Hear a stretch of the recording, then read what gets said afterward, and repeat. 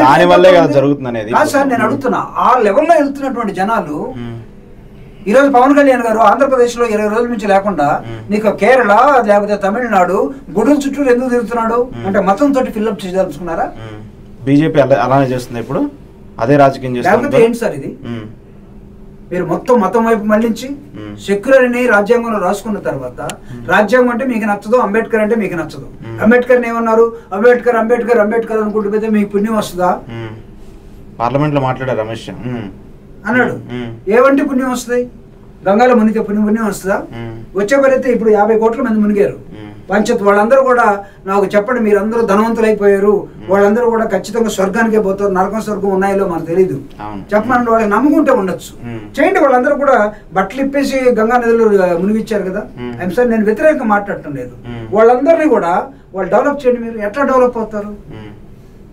ఇవ్వండి. మీరు గంగా నదిలో మునిగినటువంటి 50 కోట్ల మందికి ఒక్కొక్కడికి ₹1,00,000 ఇవ్వమనండి ప్రభుత్వం. నమ్మకం ప్రతి మనిషి నమ్మకం ఉంటది కదా సార్. నేను నమ్మకాన్ని కాదనట్లేదు. అట్లనే నీ నమ్మకమే నా నమ్మకం కావాలని లేదుగా. మీరు యాజ్ యు సెట్ ప్రతి మనిషికి ఒక నమ్మకం ఉంటుంది అన్నారు.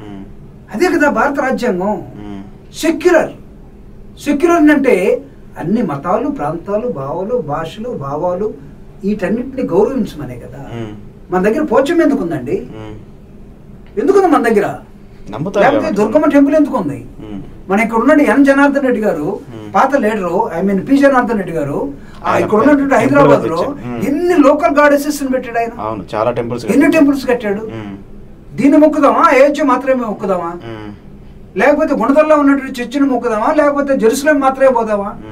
లేకపోతే హైదరాబాద్ లో ఉన్నటువంటి మక్కా మసీదు పోదామా? లేకపోతే అక్కడ ఉన్నటువంటి మక్కా మసీదు పోదామా? దేనికి పోవాలి? ఏది దగ్గర ఉంటే అది.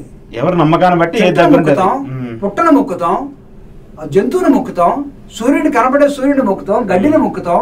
ఒక్కొక్కటిది ఒక నమ్మకం అండి ఈ దేశంలో.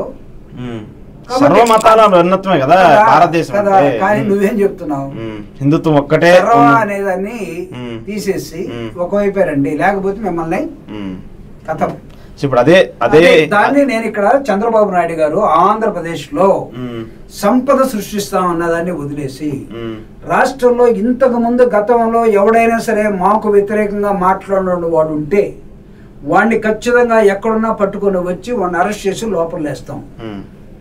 భయభ్రాంతులు చేయటమా? సంపద అంటే భయభ్రాంతులనా? నేను అడుగుతున్నా. వంశీ అనే అతన్ని చేసే విధంగా ఈ పరంపర కొనసాగుతుందని అంటే వంశీ తర్వాత కొంతమంది అడుగుతున్నారు నెక్స్ట్ ఎవరండి అది? నెక్స్ట్ ఎవరండి? ఇది రేషన్ బియ్యం అండి. అంటే కొంతమంది టార్గెటింగ్ పీపుల్ ఉంటారు కదా. ఇప్పుడు వైసీపీ అప్పుడు ప్రధానంగా ఎవరైతే దూషించిన వాళ్ళు ఉంటారో వాళ్ళు ఉంటారు sir. You just do governance. శత్రువు నీకు శత్రువు అనుకుంటున్నావు కాదు, ప్రజలతో గెలిచినోడే కదా. రేపు మళ్ళా ఫ్రేలో ఉంటారు కదా, రేపు ఎన్నికల్లో ఉండరా? ఉంటారు కదా, ఖచ్చితంగా పార్టీ సపోర్ట్ ఉంటుంది కదా. పార్టీ కాదు, ఇండిపెండెంట్ గానే ఉంటారు కదా. ఒకసారి నీకు అసెంబ్లీలో గెలిచిన తర్వాత ఎమ్మెల్యే అనిపించుకున్న తర్వాత నియోజకవర్గంలో ఎమ్మెల్యే, మాజీ ఎమ్మెల్యే అనిపించుకుందా ఉత్తర తీరుద్దా? లేదు కదా. వాడికి దురదకుండా పుట్టినట్టు జిలో ఉంటానే ఉంటది. మరి వదిలే బాయ్ నీ పని అయిపోయింది అంటే, ఏయ్ నా పని అయిపోయినా సరే మా కొడుకున్నాడు అంటాడు. అంతేగాని ఇంకొకడు ఉన్నాడు అశోక్ ఉన్నాడు పెట్టండి అంటావు. వాళ్ళ కొడుకులు వాళ్ళ బంధువులు ఇవన్నీ వస్తూ ఉంటాయి. రాజకీయం అలానే ఉంటది కదా. అట్లా తయారైపోయి దురదగుండగా అయిపోయినప్పుడు నీ కక్షలు ఎందుకండి అసలు? నేను అడుగుతా ఉన్నా. అంటే can't you tolerate the other side voice? If it is so, how can you call it you are a democrat? నువ్వు నీ డెమోక్రటిక్ సిస్టంలో, నీకు డెమోక్రటిక్ ఇన్స్టిట్యూషన్స్లో, పార్లమెంట్లో అసలు అపోజిషన్ ఉండకూడదని కోరుకునే పార్టీలు, మనుషులు కానీ పార్టీలు కానీ ఉంటే మన రాజ్యాంగ మూలాలకే విరుద్ధం. ఎందుకంటే అపోజిషన్ ఎప్పుడు కూడా తప్పు చేస్తే లేకపోతే సమాజ బాధ్యతని నిరంతరం గుర్తు చేసి వెళ్ళండి సార్. ఒక 20 సంవత్సరాలు వెనక్కి పార్లమెంట్కి వెళ్ళండి మీరు. అప్పుడు పార్లమెంట్ వేరు కదా, అప్పుడు అసెంబ్లీలు వేరు, అప్పుడు పార్లమెంట్లు వేరు. పార్లమెంట్ కొత్తది కట్టినంత మాత్రం అది వేరు అవుతుందా సార్? పార్లమెంట్ కొత్త కదా, అప్పుడు అక్కడ ఉండేటువంటి రాజకీయ సిద్ధాంతాలు వేరు. మీరు ఏదైతే బిఆర్ అంబేద్కర్ గారు చెప్పినట్టు రాజ్యాంగం, ఇప్పుడు మరి లోకేష్ గారు రెడ్ బుక్ పట్టుకున్నారు, ఎందుకు అంబేద్కర్ గారు చెప్పినట్టు రాజ్యాంగం బుక్ పట్టుకోలేకపోతున్నారు?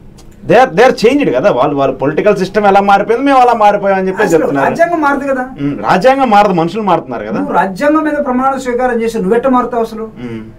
నువ్వు you have to work according to the Indian constitution. You are promising there. అవును.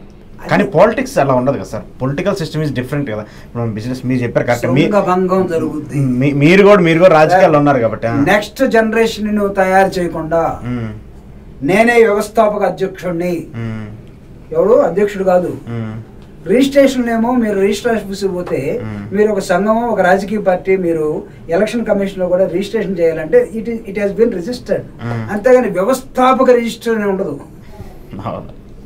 ఇప్పుడు అందరూ కూడా అన్ని పార్టీలు కూడా వ్యవస్థాపక అధ్యక్షుడు, అది దళిత సంఘం కానివ్వండి, ఇంకో సంఘం కానివ్వండి, బీసీ సంఘం కానివ్వండి, రాజకీయ పార్టీ కానివ్వండి, అంటే మీరు వ్యవస్థాపకులు కాబట్టి జీవితాంతం మీతోనే ఉండాలని కోరుకుంటున్నారు.